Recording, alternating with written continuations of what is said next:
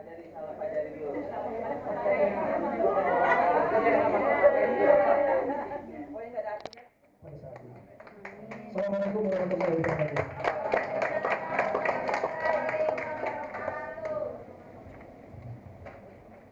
Baik, kita sudah mendengarkan. Wajib dibaca di kelas 1 SMA Rusia. Sangat dicintai oleh rakyat Rusia novel ini.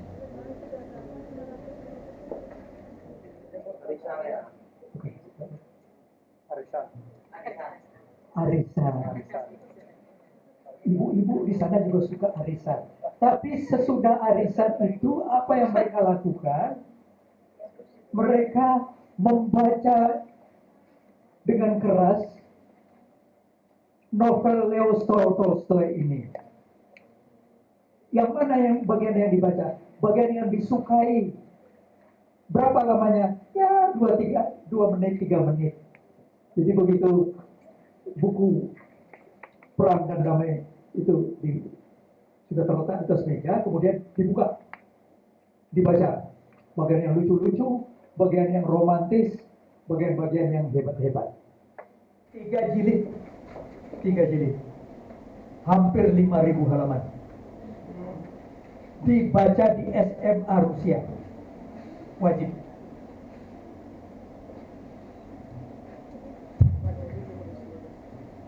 Ini baru 2 judul dari 12 kan. Nah, sekarang mari kita di Indonesia, apa yang dibaca? Silakan, Mat, dibaca. Abdul Mois, Siti Nurbaya, Mara Rusli, Layar Terkembang, Takdir Ali Syahbana, Belenggu, Armin Pani, Azab dan Sengsara, Mirai Sirgar, Salah Pilih, Nur Sultan Iskandar, Ahdiat Kami Harja, Ateis, Tenggelamnya Kapal Thunderwing, Hamka, Habis Gelap Terbitlah Terang, Kartini, terjemahan Armin Pani. Dari Ave Maria ke Jalan Lain ke Roma, Idrus. Olenka, Budi Dharma. Harimau, Mohtar Lubis. Sidul Anak Betawi, Aman Datuk Majindo. Derai-derai Cemara, puisi Hair Anwar. Potret Pembangunan dalam puisi Rendra. Indonesiaku, puisi Hamid Jabar. Yang di dalam silabus ada wajib dibaca di SMA kita. Tapi tidak seluruh SMA itu melakukannya, karena juga pemerintah tidak. Inilah kelemahan besar dari pemerintah kita, tidak menyediakan buku ini yang mestinya disediakan di sekolah-sekolah. Nah, sekarang mari kita lihat. Tadi saya menyebut buku yang wajib dibaca di SMA di negara-negara lain. Wajib dibaca ini artinya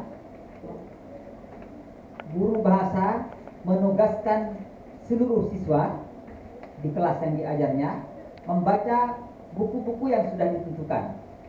Jadi kalau di Rusia tadi ada 13 buku, maka guru bahasa Rusia menugaskan siswa untuk membaca buku-buku ini selama 4 tahun. Jadi di Rusia selama 4 tahun.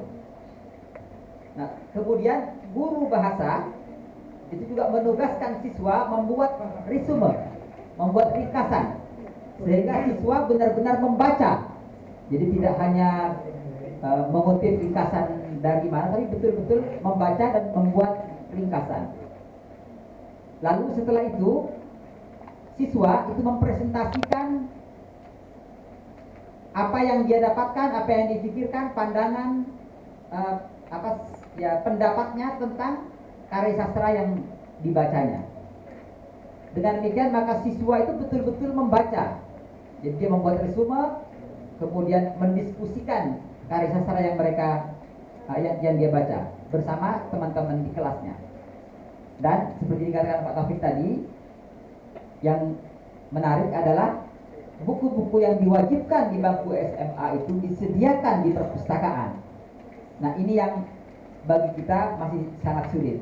Jadi guru juga ingin mewajibkan siswa membaca karya sastra, tapi tidak tersedia di perpustakaan. Kalaupun ada, tapi mereka punya kebiasaan yang sudah menjadi adiksi, sudah menjadi ketagihan membaca buku sastra.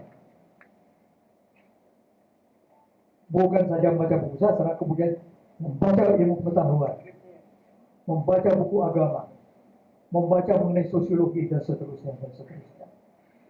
Misalnya ada seorang anak AMS di Kota Padang. Dia di SMA-nya dia membaca 25 judul buku. Kemudian dia ketagihan membaca. Dia ingin sekolah nanti.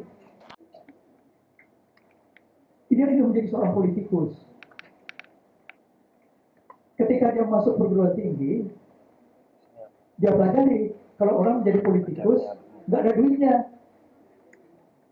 Apa yang duitnya banyak? Kalau jadi insinyur. Kemudian dia masuk sekolah teknik di Bandung, jadi insinyur. Tapi dia bacaannya ilmu politik.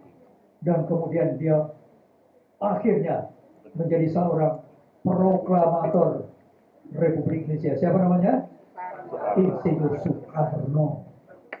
Jadi Soekarno itu dia menjadi politikus itu karena dia suka membaca. Tapi karena dia suka membaca itu, dia jadi mahasiswa, nanti aku kalau jadi politikus, waduh, susah ini nafkah. Nafkah yang enak apa? Kalau jadi insinyur, kalau jadi dokter, dia pilih jadi insinyur. Banyak sekali cerita-cerita di belakang yang nomor 13 itu.